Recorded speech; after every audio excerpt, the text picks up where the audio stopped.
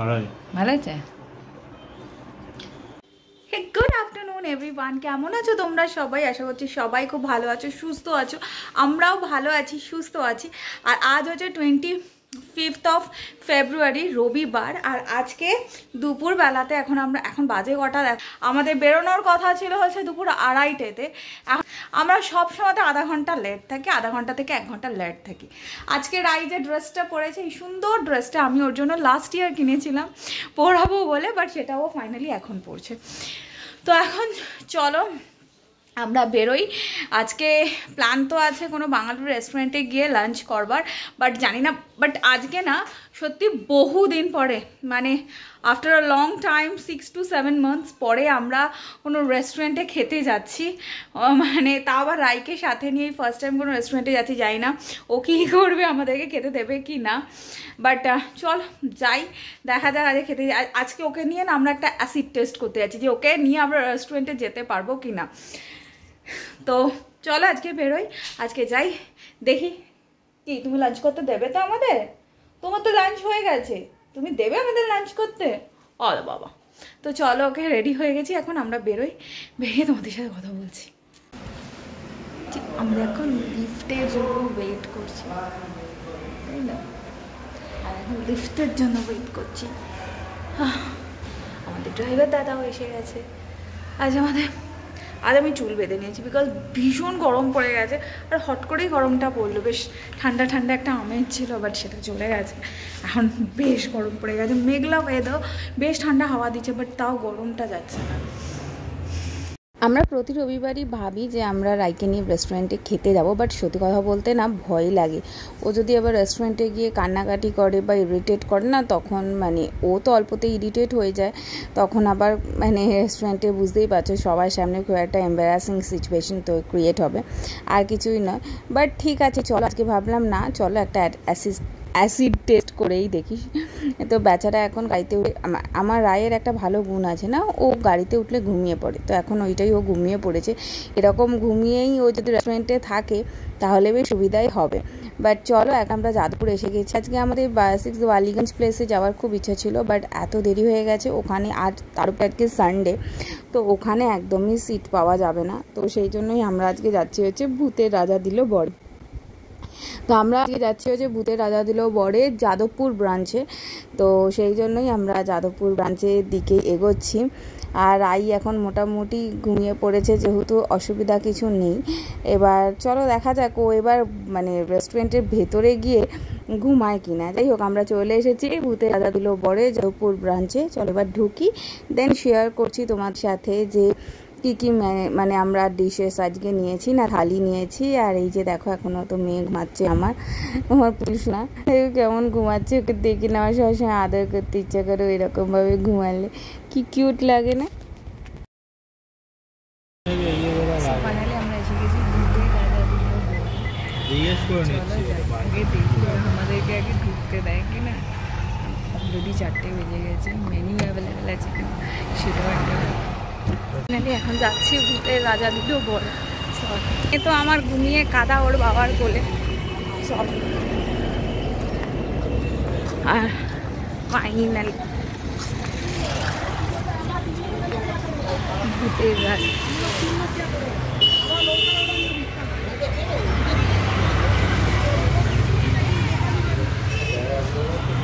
So এখন আমরা এসে গেছি হচ্ছে যাদবপুরের ভূতের রাজা দিল বরে। এখানে এসে আমরা ওপরের মানে ওদের যে আপার ফ্লোর যেটা ছিল ওখানেই ভেবেছিলাম ওখানেই যাব, বাট ওখানে তখন দেখলাম ওদের কি ক্লিনিংয়ের কাজ চলছে নাকি, সেই জন্য ওরা মানে ওদের ওপরে যে ফ্লোরটা ছিল ওটাকে বন্ধ রেখেছে। তো আমাদের এই মানে নিচে ফ্লোরটাতেই বসতে হলো, যেহেতু অনেকটা বেলা হয়ে গেছিলো, বেশি কিছু আবদার করা জায়গা নেই, কারণ তখন অলরেডি বাজে 4টে। তো যাই হোক, আমরা নিচে ফ্লোরটাতেই বসেছিলাম। মোটামুটি নিচে ফ্লোরটার ডেকোরেশন মোটামুটি ভালো থাকো না, বেশ অন্ধকার ছিল, লাইটিংটা একটু কম ছিল, যেটা খুব প্রবলেম, মানে আমার ভিডিও নিতেও খুব অসুবিধাই হচ্ছিল, ফটোতেও খুব অসুবিধা হয়েছে ফটো তোলার সময়তে। যাই হোক, এখন আমরা দেখতে বসে গেছি হচ্ছে মেনু। তো আমরা বেসিক্যালি নিয়েছিলাম হচ্ছে বাঘার থালি। তো মোটামুটি এখানে মানে রবিবারের জন্য এখানে 3টে থালি মানে অ্যাভেলেবেল ছিল, তোমার বাঘার থালি, গুপির থালি আর হীরক রাজার থালি।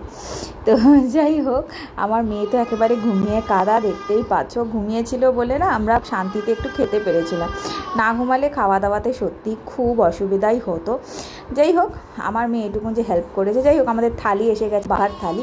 তোমাদের সাথে চট করে একটু বাঘার থালিটা শেয়ার করে নিচ্ছি।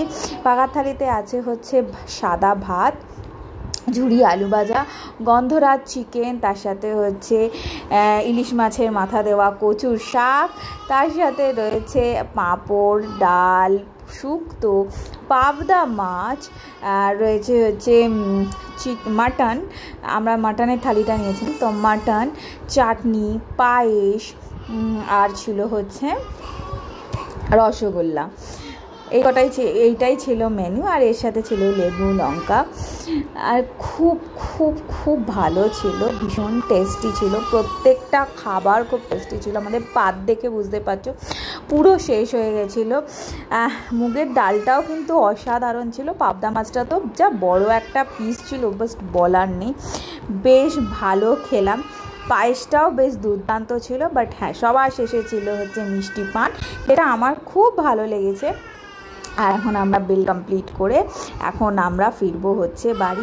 যাওয়ার কথা ছিল অনেকগুলো জায়গাতে, বাট মেয়ে আমার উঠে পড়েছে, দেখতেই পাচ্ছ। যাওয়ার কথা ছিল অনেকগুলো জায়গাতে, বাট সত্যি কথা বলতে খাওয়া দাওয়া করার পরে শুভর এমন অবস্থা হয়েছিল যে আমাদের মনে হলো বাড়ি ফিরে যাওয়াটাই বেটার। আর বাড়ি ফেরার আগে আমরা একটা লং ড্রাইভ নিয়েছিলাম একেবারে বাইপাস রুবির ওখান দিয়ে। তোমরা জানোই যাদবপুর থেকে জোকা আমরা অন্য দিক দিয়েও আসতে পারতাম, বাট সেদিন মনে হলো না, একটু লং ড্রাইভ করে বাড়ি ফিরবো। তো সেই জন্য বাইপাস হয়ে রুবি হয়ে বাড়ি ফিরলাম। জাস্ট 6টা নাগাদ বাড়ি ফিরেছি। এসে আগে যেটা করলাম সেটা হচ্ছে আগে গোপালকে শুয়ে দিলাম, সন্ধে দিয়ে নিলাম, যে কাজগুলো খুব ইম্পর্টেন্ট সেগুলো আগে করে নিলাম। এবার যেটা করব সেটা হচ্ছে, কালকে তো জানোই যে কালকে আমাদের বাড়িতে তোমরা শর্টসে দেখেছো, ওটার কোনো বড় ভিডিও আমি বানাইনি, যে কালকে মাঘী পূর্ণিমার জন্য কালকে আমার বাড়িতে আমি একটা সত্যনারায়ণ দিয়েছিলাম। এবার তার জন্য না অনেক বাসন হয়েছে। ওর বাসন বুঝতেই পারছো, এত বাসন আছে যেগুলো আমি আজকে মেজে ধুয়ে রাখবো।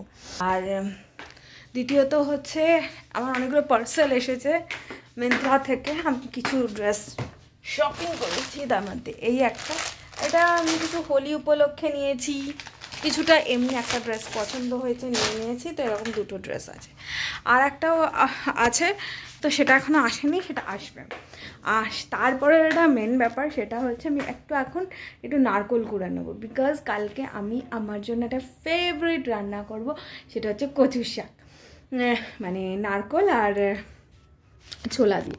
কচুর শাক খেতে আমি প্রচণ্ড ভালোবাসি। আর কচুর শাকের কিন্তু খুব মেডিকেল প্রপার্টিস রয়েছে, এটা যারা জানো না, মানে অনেকেই জানো, এটা সবাই জানে যে কচুর শাক কিন্তু ব্লাড পিউরিফাই করতে সাহায্য করে। তো আমি তো কচুর শাক মনে হয় খেতে ভালোবাসে না এরকম খুব কমজনই আছে।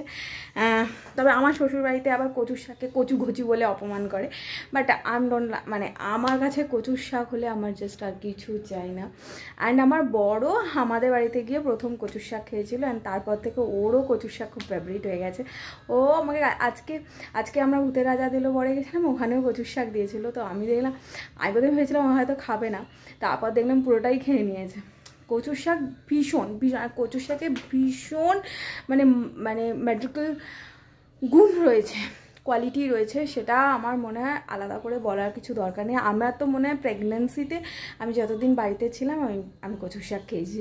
আমার কচুর শাক প্রচণ্ড ভালো লাগে। কচুর শাক আমার তো মানে অনেকের আছে চিংড়ি মাছ, ইলিশ মাছের মাথা দিয়ে ভালো লাগে, আমার তো শুধু মানে নিরামিষই যদি হয় না, নারকোল আর ছোলা দিয়ে, আই জাস্ট লাভ। কালকে বানাবো। আমাদের যে কাজের বৌদি আছে, এবারে নতুন যাকে নিয়েছে, সে তো ভীষণ ভালো, মানে যা যা খেতে ভালো লাগে আমার যে সবজিগুলো ওনাকে বলে দিই, উনি নিয়ে চলে আসেন। তো ওনাকে বলেই দিয়েছিলাম কচু শাকের একটা ব্যাপারে তো আমি কচু শাক চালাতে পারি না, কাটতে পারি না। তো ওনাকে বলেছিলাম, উনি সব কেটে ছাড়িয়ে নিয়ে এসেছেন। আমি শুধু কালকে রান্নাটা করব, তো সেই জন্য আগে ছোলা ভিজিয়ে রেখেছি আর এখন নারকোলটা করে রাখবো, কালকে সকালে রান্নাটা করব। আর ওনাকে এটাও বলেছি একটু মোচা এনে দিতে, মোচাটাও বলেছি ছাড়িয়ে কেটে নিয়ে আসতে। এগুলো থোড়, মোচা, তারপরে কচুর শাক, কচুরলতি আসলে কী বলো তো, কচু শাক কচুরলতি এগুলো না ওপার বাংলার রান্না। আমার মা এটা আমাদের পাশের বাড়িতে যে ছিলেন, আমার মামার বাড়ির ওখানের কথা বলছি, তো ওনার থেকে শিখেছিলেন। এত ভালো, আমি তো যখনই দেখো আমরা তো ঘটি, বাট বাঙালদের কিছু কিছু রান্না না আমার সত্যি খুব ভালো লাগে। হ্যাঁ, বাঙালদের রান্না সত্যি আমার কিছু কিছু রান্না খুবই ভালো লাগে, যেমন এই সমস্ত কচুরলতি, কচুর শাক, আহা এইসব নিয়ে কিছু বলা যাবে না। বাট হ্যাঁ, কচুর শাক আমার সত্যি ভীষণ ভালো, কচুর শাক আমি যখন প্রচুর পরিমাণে ভাত খেতাম না আগে, তখন না আমার কচুর শাক হলে আমার শুধু কচুর শাক দিয়েই এক থালা ভাত খাওয়া হয়ে যেত, আমারও সেদিন অন্য কোনো তরকারি লাগতোই না।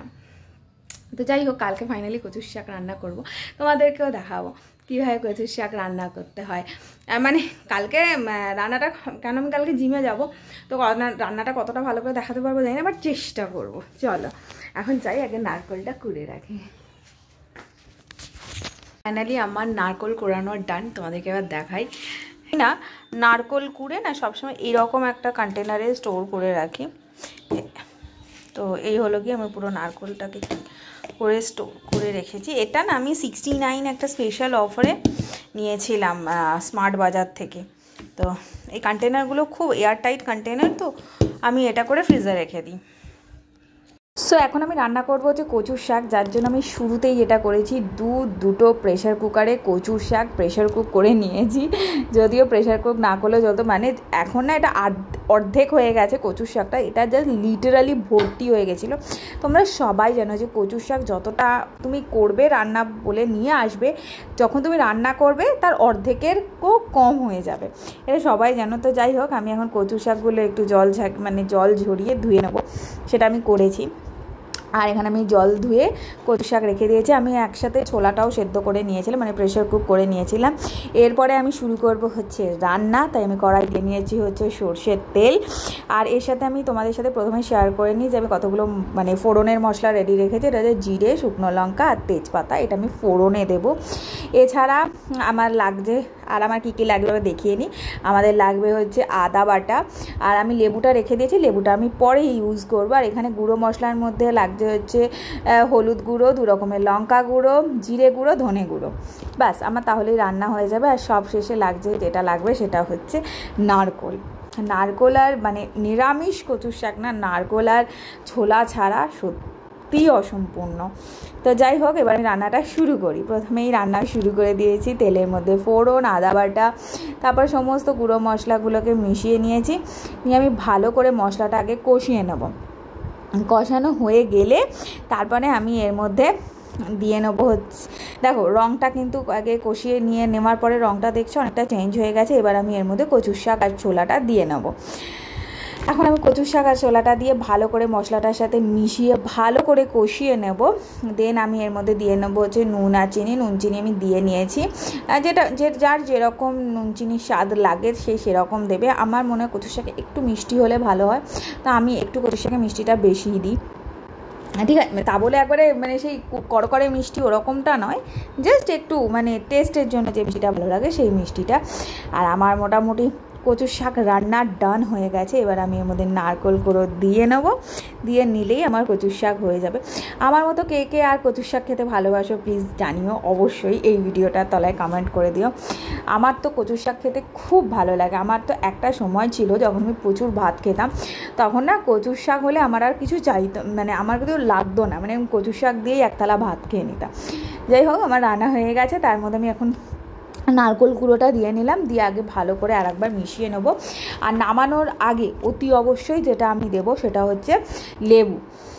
সো এবার আমি লেবুটাকে দিয়ে নিচ্ছি। আমি এরকম এই যেটা চিপে লেবুটা বার করছি না রসটা, এটা আমি নিয়েছিলাম একটা মেলা থেকে, এটা খুব না কাজের জিনিস। তো সেটাই, মানে লেবুটা খুব কাজে, মানে লেবু রস বার করার জন্য না এই জিনিসটা খুব কাজের জিনিস। তো ফাইনালি আমার কচু শাক ডান। এবার আমি এটাকে নিয়ে নেবো হচ্ছে আমার এখানে আমি রাখি তরকারি, তো সেই বোলে নিয়ে নিয়েছি। এবার চলো শুভকে দিই, শুভ খেয়ে বলুক কেমন হয়েছে। আমাদের মেনু হচ্ছে এই হচ্ছে কচু শাক, আর এখানে করেছি হচ্ছে ভাত, আর তার সাথে কালকে আমার শাশুড়ি মা পাঠিয়েছিল চিংড়ি মাছের মালাইকারি, তো সেটা নিয়ে বসেছি। এবার এটা দিয়ে আজকে আমাদের লাঞ্চ হয়ে যাবে, মানে লাঞ্চ মানে আমাদের লাঞ্চ আর ব্রাঞ্চ একই ব্যাপার। তো চলো খাওয়া শুরু করি। শুভ খেয়ে বলুক যে কচুর শাক কেমন হয়েছে।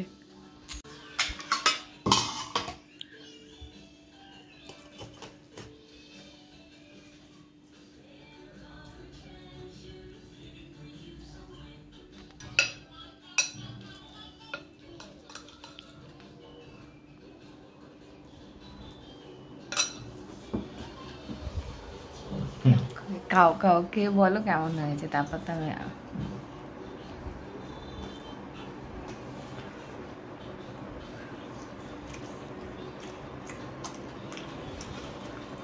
ভালো হয়েছে। চলো এবার আমিও খাই। এবার আমি নিজে খাবো।